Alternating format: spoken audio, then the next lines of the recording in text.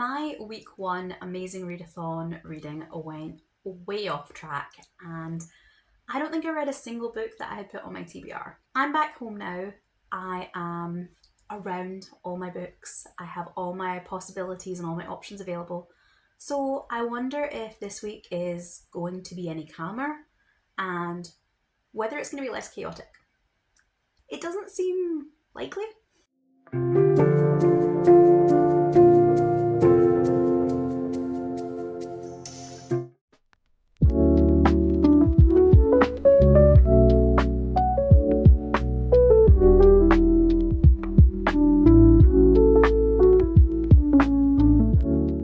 This is another one that I managed to guess correctly, and honestly, I'm amazed by the streak I'm having with these. I really wasn't expecting to get so many right, but I do think that I've probably been overconfident and I'm fully expecting now for just a streak of red to fill this board. So leg 4 sends us to the Shire, and the prompt is to read something that is comforting or cozy. For this prompt, again, I feel like this could be a kind of chorus. I changed the book that I had planned in my TBR. I'm not entirely sure what I had put down for this, but I have ended up going with a Terry Pratchett book. I'm part of a group on Goodreads that kind of reread a Discworld book roughly every 2 months, and Terry Pratchett for the past 2 decades has been a comfort read for me. So this month's book was Witches Abroad. This is the 4th book in the Witches series, and I think something around the 12th or 13th in terms of the series overall. It is also my favourite book in the Witches series, which probably makes it my favourite Terry Pratchett book, and possibly one of my top 3 books of all time. So this definitely fit the prompt for cozy and comforting. I really enjoyed this reread. It was, again, a 5-star book. I love what Pratchett does in this one with the way he layers and refers to and makes fun of fairy tales, storytelling, tropes and cliches, and these well-worn paths that we know in fiction. I also love this book for the finale scene, where we get not one but 2 of my favourite badass Granny Weatherwax moments. If you've read it, you know the scene with the voodoo doll and also the mirror world. That scene with Granny in the mirror has always been something I have been really tempted to get a tattoo of, so I think that gives you an idea of how much I love this book. And yeah, it was cozy, it was comforting, it was perfect. And because it's one that I know really well, I just naturally read through it really quickly, and I managed to get quite a lot of sightseeing done in it.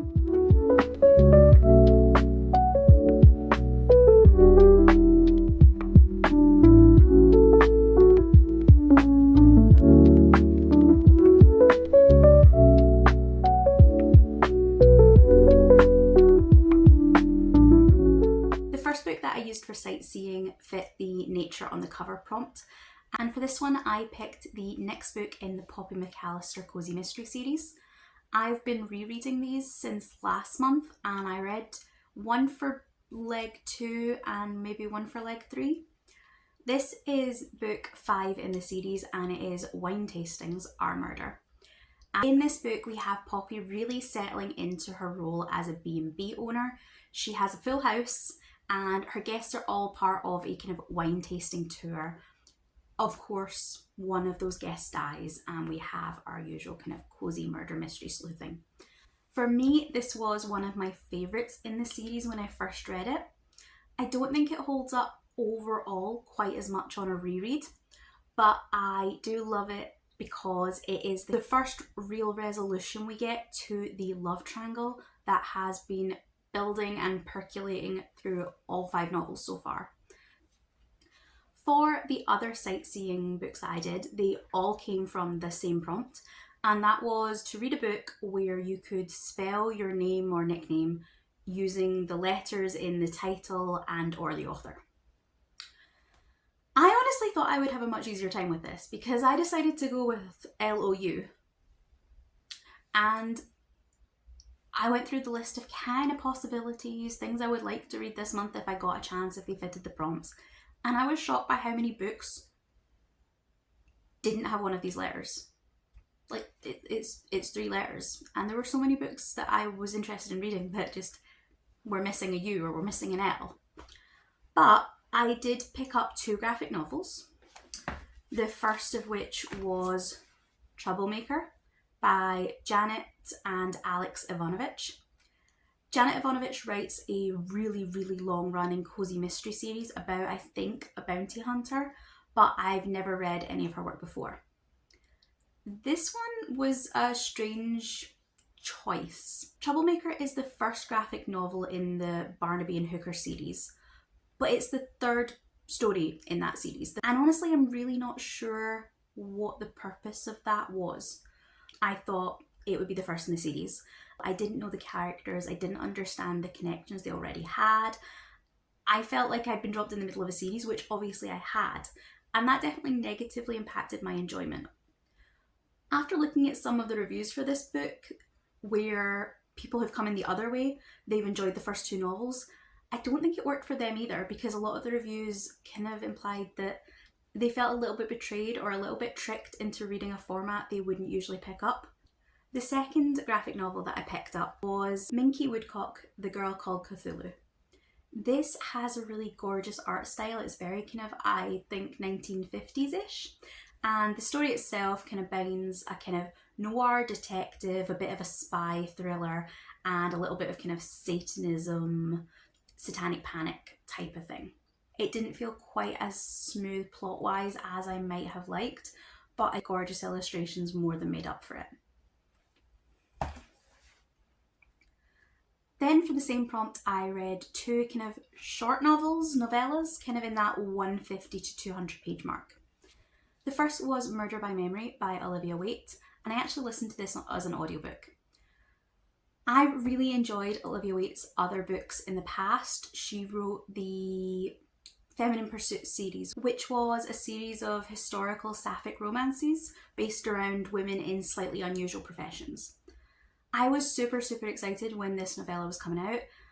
Again, not a huge fan of sci-fi, but I do love me a cozy mystery. We have an elderly sapphic detective who has been woken up on a spaceship when she's meant to be in a kind of rest state to find that she's been put into a body that isn't hers, and she has to investigate what that body has been up to.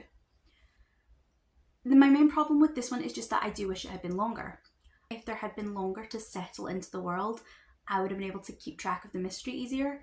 Instead, I kind of felt like I was always playing catch up, and I didn't feel that the world building, the mystery, or the characters were as fully developed as I would have liked. But I do think it was probably more my expectations than the book itself. I do think I would have liked it to be longer though. And the last one that I picked up for this prompt was probably my favourite of the batch, and that is The Consort and I by Odd Connolly. I read Wings in the Valley by Odd Connolly, which is her latest book, during the Emerald City leg for the book with a green cover. And I really loved that. It was a kind of cozy fantasy road trip. This one is a little bit darker, it's a lot spicier, and it's more solidly romance, and it loses that cozy aspect. But it is still fantasy. In this, we have a kind of unnamed slave who is purchased right at the start by the king's consort. And over the course of the novel, the consort and some of the other enslaved people that work for the king bring our main character into the fold of this conspiracy coup that they are plotting. He learns various skills that he is going to use to try and assassinate the king. And that plot happens all the time in fantasy. You know, there's lots of books where you have the girl that is taken and trained to be an assassin. But I just thought it worked really, really well in this one because it felt so realistic. Our main character isn't being trained in a Rocky style fight scene to take on 10 guards or climb up through the drapes and slit the king's throat. He was being gradually trained. For instance, he got put to work as one of the kind of couriers within the castle so he could learn the layout. He got put to work as a groom, so he would learn how to kind of be around horses, and it just kind of gradually built up really nicely. I also thought the romance angle was really well done. It didn't feel too rushed. It's definitely in the space of 200-ish pages. She manages an amazing slow burn. I personally love this. I love a good political fantasy. It is my favourite thing to read. And though it's not an arranged marriage or a marriage of convenience trope, it kind of played into those same elements where we have our two characters not particularly interested in each other but being forced into these very, very tight confines and having to come to terms with each other. I'm always a big fan of a fake dating, an arranged marriage, a marriage of convenience. Those kind of tropes always really, really work for me. So this one just fit perfectly with what I was looking for. And honestly, it's another 5-star read. So I've done really well with Odd Connolly's books this month. I think she's gonna be an auto-buy author in the future. And with that, we're leaving the Shire and into like 5, which is the Read a Chilling book or a winter set book.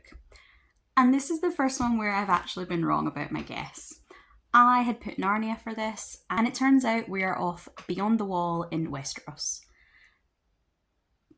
I was starting to doubt my choice about Narnia once I saw some of my other team members talking about their options, and yeah, it makes total sense that Game of Thrones was going to feature somewhere. I think I've done not bad. So far I'm at 4 out of 5, and that's pretty good odds for me.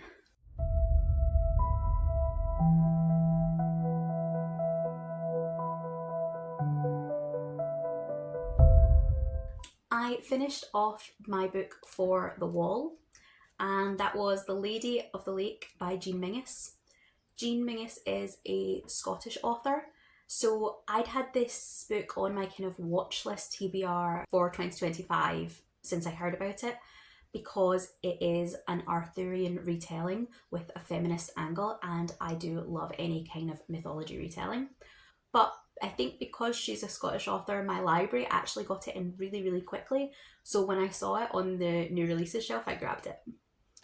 This tells the story of Vivain, or Nimue, or the Lady of the Lake. She is kind of one of the big characters from Arthurian mythology. She often gets kind of sidelined for Lancelot and Guinevere and Arthur and Merlin and the ones we more commonly know. In Arthurian mythology, Vivain is the character that gives Excalibur to Arthur.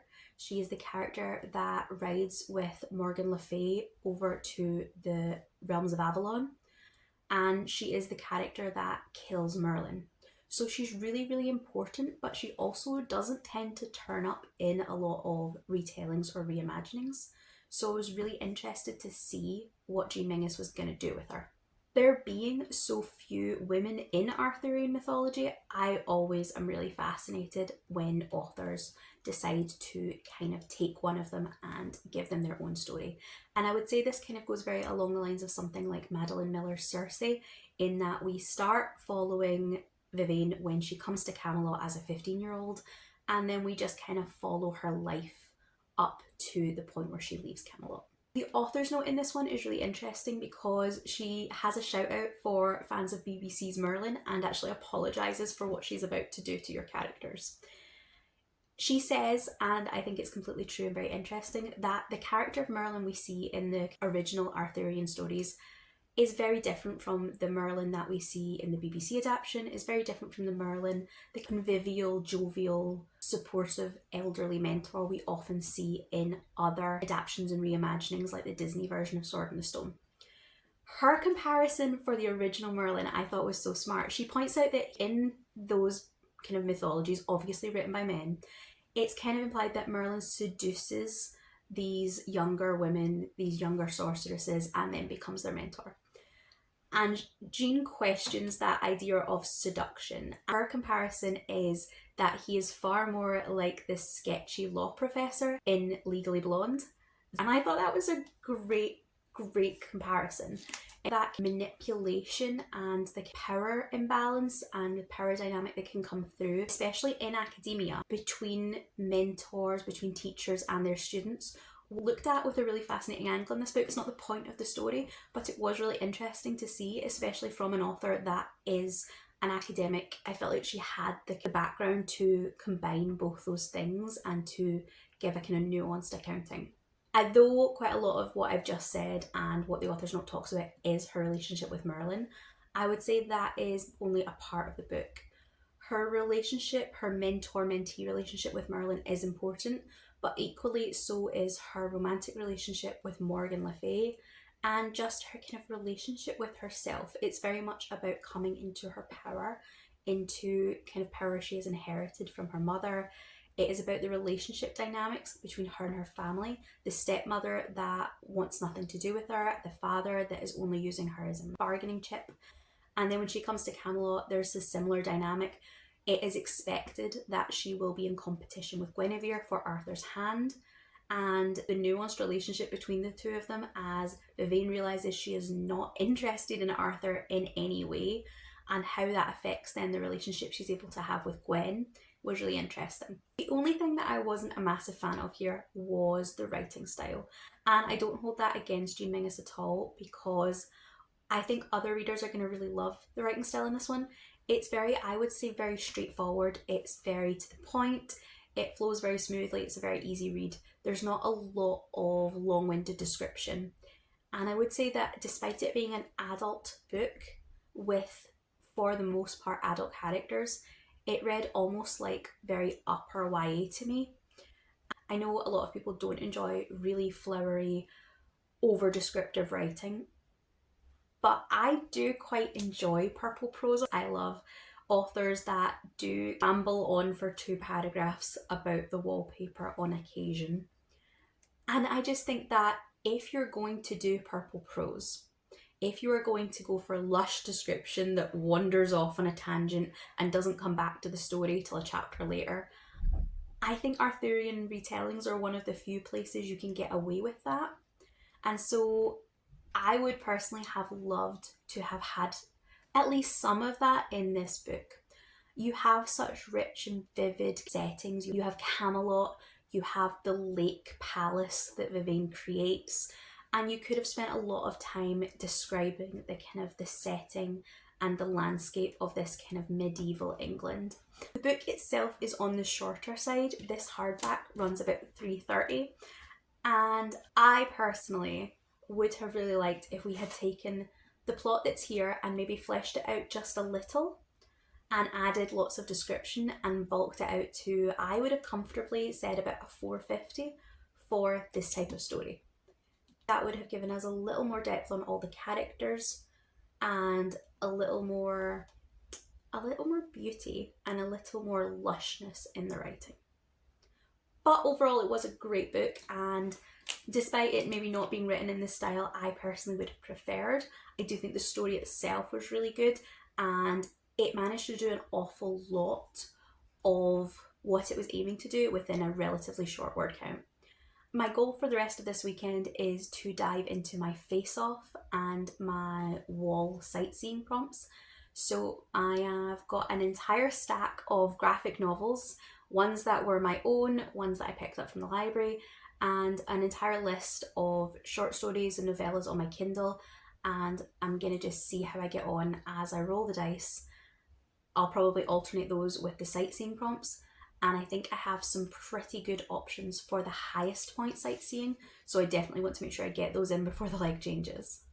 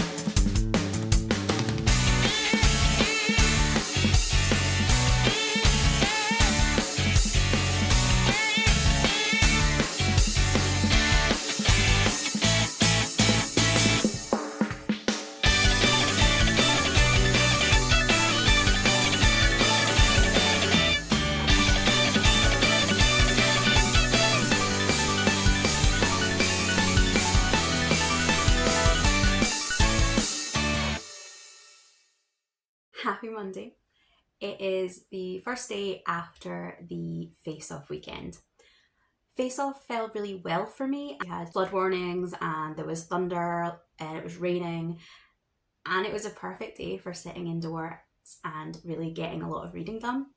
I alternated the Face Off board with some of the sightseeing prompts from the wall and just kind of flipped back and forth between graphic novels and a couple of novellas and short stories. The only thing I would have liked to get a little more done, and it was just unrealistic, is that my prompt for the large city, when that drops, will be a book that is, I think, 1,200 pages. And I really hoped that I would get maybe, a third of the way through that book before the end of Face Off weekend, so that once that leg drops, I'll have less to try and get through in the compacted 3-day leg. I just never got around to it. I probably should have stopped reading my graphic novels and my Face Off kind of things earlier, and then I could have made a start on The Hands of the Emperor, but I didn't get around to it. And I really want to read that book at some point during this month because it will be worth so many points with my double up your page count card. I'm hoping that the next prompt that will drop will be maybe the romance or the low rated one, or something that I think I have a book that I will get through fairly quickly for. So that all being said, I'm going to go through the books that I read during Face Off weekend. I'm going to barrel through them and just give you like a sentence or two about each one, because otherwise we will be here forever. For the sightseeing prompt to read a book that had been banned or challenged, I went for 4 graphic novels that all had queer representation and all had strong family elements. So the first 2 were Heartstopper Volume 3 and Heartstopper Volume 4. I actually read the first 2 volumes of Heartstopper really recently, and I'm going to be talking about them in more detail in a vlog that is coming out at some point this month. So to make this kind of quick, I enjoyed these 2 as much as I enjoyed the first 2. I thought that, having already seen the Netflix adaptation, I wasn't expecting the adaptation to have been as faithful to the books kind of overall as they have been, and I've been really impressed retroactively with how good that Netflix adaptation is of these graphic novels. I think the plot is very, very on point. I don't think there's anything from these that I feel is missing from the TV show, and I think they've done a really great job even of framing some of the scenes to look like the images in the graphic novels, and the casting has been incredible. So yeah, these were definitely winners and I'm really happy to have read them. The next book I read for that same sightseeing prompt was another kind of contemporary, and that is Homebody by Theo Parrish. This is more like a memoir. There's not really a plot line to it.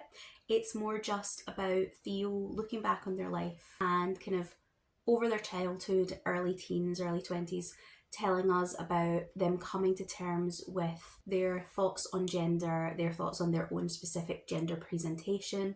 There's a little bit of talk about things like haircuts and fashion and changing your name. It's all just about kind of self-acceptance. And it was a really nice book. I think this is probably more so for people that maybe haven't read a lot of queer media. It was quite introductory, quite basic concepts regarding trans identities, but it's probably a really good one for the age range that's likely to pick it up. The 4th graphic novel that I picked up for that banned book sightseeing prompt was Magical Boy by Tae Kao. This has been on my shelf for a while now, and along with Homebody, this was one of my Prideopoly roles. This was so good. It is volume 1 of I think only a 2-volume series, so I'm definitely going to be reading the conclusion. And it's Sailor Moon, but if our main character was a trans boy. Max, who is the main character, is the descendant of a goddess. His mother was also the descendant of this goddess and was a magical girl in the past. So there's a lot of pressure on him to be as feminine as possible, as graceful as possible, because supposedly that makes him a more effective champion of this goddess character. You have Max's accepting of his trans identity in high school, which is a plotline on its own. Then you have his kind of accepting of trans identity in terms of he's constantly being magically forced into these very, very feminine outfits, and the conflict between him and his mother in regards to how he should behave. And also on top of that, you just have monsters coming through cracks in the world and trying to take over the world, and it's very early season Sailor Moon, and I just had a great time with it. For my other two sightseeing prompts, I read short stories or novellas. I'm not entirely certain where the line falls between the different categories. But the first was one that I listened to on Everand, and I hadn't planned on picking it up. I just saw it come up on my recommendations list and thought it sounded interesting. This was Murdering Mr. Edwards by Sean L. Bird, and this was such a unique book. It is essentially 12 short stories, and it all kind of centres around the English teacher in a high school, Mr. Edwards, and he's very, very unlikable. He's arrogant, he's misogynistic, and quite justifiably no one likes him. He comes across as a horrible person. And then each of the 12 stories is one of the other teachers in the school, and essentially them deciding to take matters into their own hands and knock him off. The author's note at the end was really interesting because they are an English teacher, and they had come up with this concept when they were working in a high school and had actually asked their colleagues, with their specialty in mind, how they would go about getting away with murder. So it was a lot of fun. The second novella that I read was for the book that's been on your TBR for over a year prompt. And this is a good one because it helps me take off those books that have been on my TBR for so long. And I do find that short stories and graphic novels sit on my TBR for a really long time because I love the concepts, I buy them, but I'm just not really a graphic novel or short story reader, and so they then just kind of linger indefinitely. So both Face Off Weekend and this prompt in particular worked really well for me. The book that I read was Hen Fever by Olivia Waite. I actually read an Olivia Waite book earlier in this month for a different sightseeing prompt. I read her latest release, which is Murder by Memory, and it's a kind of sci-fi cozy mystery. This worked so much better for me. It's back to what I kind of know Olivia Waite for, which is her kind of historical sapphic fiction. And I just get along a lot better with this. This was the redemption I needed on an author that has always been an auto-buy for me. Hen Fever is a Christmas novella. It's set in a Victorian period just after the Crimean War, and centred around a kind of little village that has a chicken competition every Christmas, and the kind of villagers are quite obsessive, they're very competitive about their chicken breeding, chicken fancying thing. At this point, a couple of new characters come into the village, take over the kind of the big house, and it all just kind of is how the village kind of interacts. In the short novella, as well as the amazing chicken fancying, which was completely new to me, we also deal a lot with grief and a lot with guilt, and there's a look at PTSD and just that kind of coping after a traumatic event. It managed to kind of have that very hopeful, Christmassy feeling to it, but it wasn't too saccharine. It still kept that kind of bittersweet, not everything is perfect, not everything is resolved, feeling that I think you need when the book has been about such heavy topics. It was also really nice to see some representation of some kind of more mature sapphic characters. Both our protagonist and the love interest are in their early 40s, I want to say. So it was nice to get some of that representation coming through.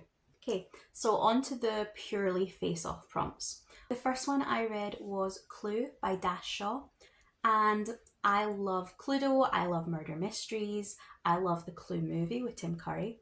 So when I saw this, I thought it was a definite win for me. I did really enjoy the kind of interactivity of this one. There are sections where you're supposed to maybe try and solve a mystery, either a suspect or a little kind of maze or something before you go on to the next page. And I did really think that was a nice touch considering the kind of it's based around a game. I wasn't a massive fan of the artwork in this one though. The style just kind of didn't really work for me. And I thought the mystery was fine. I would have liked to have seen more of all of the characters interacting together and maybe trying to investigate around the house a bit more. But I think that's maybe just because I love the Clue movie so much. I was expecting it to be more like that, which is probably not fair.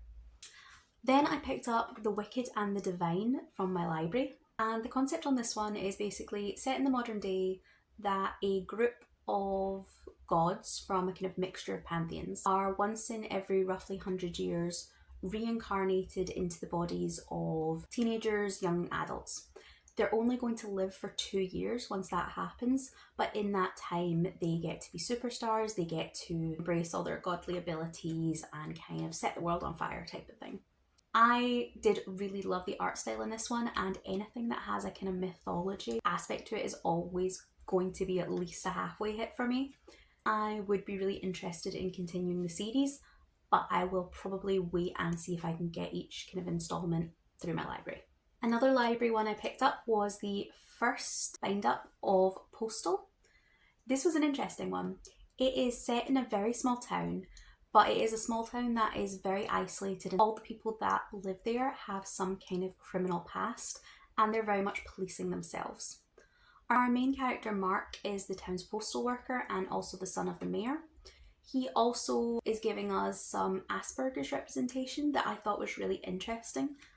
The book doesn't belabor that. I kind of wouldn't have really known from the summary that there was any kind of representation in it. But I thought it was really good. In this particular installment, we kick off with a murder. It's the first one the town has seen because, as I say, they are criminals policing themselves. Their justice is very harsh, and it's the first time there has been a murder in kind of recent memory. And Mark takes it upon himself to investigate when no one will give him the answers he needs. I picked up this one after seeing Penny at the Paperback Cat talking about reading some of the Babysitters Club graphic novels. I was such a huge Babysitters Club fan back in kind of the day, and I had no idea they had been adapting them. I'm way too old for these books now, but there was just such a sense of nostalgia that when I saw this and had been reminded of the series, I couldn't resist picking it up. This one in particular is a babysitter's little sister book, which I had never read. And I think that was maybe quite a good kind of way to get into it. This one is Karen's roller skates, and it's such a simple but cute premise. Karen is out on her roller skates, she falls and breaks her wrist, and then she spends the rest of the book trying to get her friends, family, and someone famous, she doesn't care who, she just needs someone famous, to sign her cast before school on Monday so that she can show it off and get some attention. I probably wouldn't be buying any more of them, but I will be keeping my eye out. This one I paid a couple of pounds for because I got it second hand, and if I see any more in that range, I will probably pick them up, have a read, and then pass them on to my local charity shop. The last manga that I read was Witch Hat Atelier. That's been on my TBR shelf since the last Amazing Readathon, and I'm so glad I got around to this. The illustrations in here are beautiful. They are black and white, and I would have loved some colour, but the fashion and the outfits is all really just, it's beautiful. It's a gorgeous world that the story is set in. It feels a little bit like it's doing that magical school trope, but all the students are girls, and the magic system is based around paper and ink and drawing sigils, and I had just such a good time with this. I'm really excited to see that it does look like there is an anime adaptation in the works, but I'm definitely wanting to continue the manga series on its own. Fortunately or unfortunately, the manga series currently sits at 14 volumes and shows no sign of kind of reaching a conclusion anytime soon. So while I'm really excited that there are a lot more of these books for me to pick up, it does mean that I'm committing myself to another really long series, but I think it's worth it. I had such a good time with it, and I'm really excited to see where the story goes. And finally, my last physical face-off book was The River Has Roots by Amal El-Motar. This is a very dreamy kind of short story. It's very fairy tale-esque. It has an almost kind of allegory type feel to it. And I will be honest, it did take me a while to get my bearings. For the first, quarter, I did debate DNFing it, but by the midpoint, it had really hooked me, and by the end, I found I had really enjoyed it.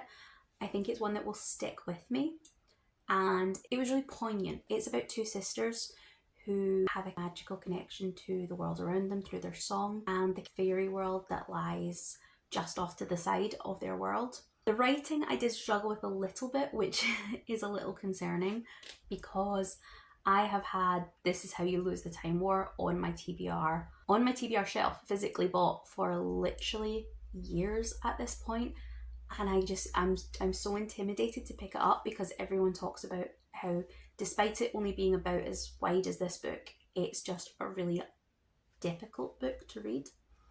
And finally, I read 2 short stories novellas on my Kindle. They are both by Johannes T. Evans, who is a short story writer that I really, really enjoy. He writes almost always queer books and mostly fantasy, but there have been a couple of contemporaries. The 2 that I picked up, actually, they were both contemporaries, which is unusual, and one specifically had a really strong family theme. The first one that I picked up was Touch Starved, which was a kind of friends to lovers, with one of the characters discovering the concept of demisexuality and that being something that might apply to him, and also the sub-dom type of world. It was both really sweet and very spicy, but I did find the kind of the world that the time period we were meant to be in just a little bit hard to grasp. It had a certain kind of old worldy feel to it, but then they talked about their mobile phones.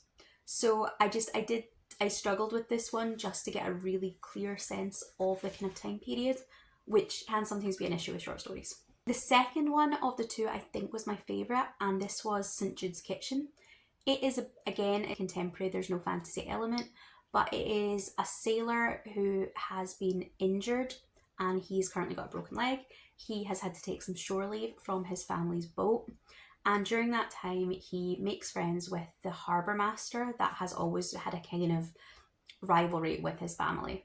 So he takes a cooking class, and the book kind of goes from there, where as he discovers his new passion for cooking, he realizes that he's only been doing the sailing because it's what his family's always wanted.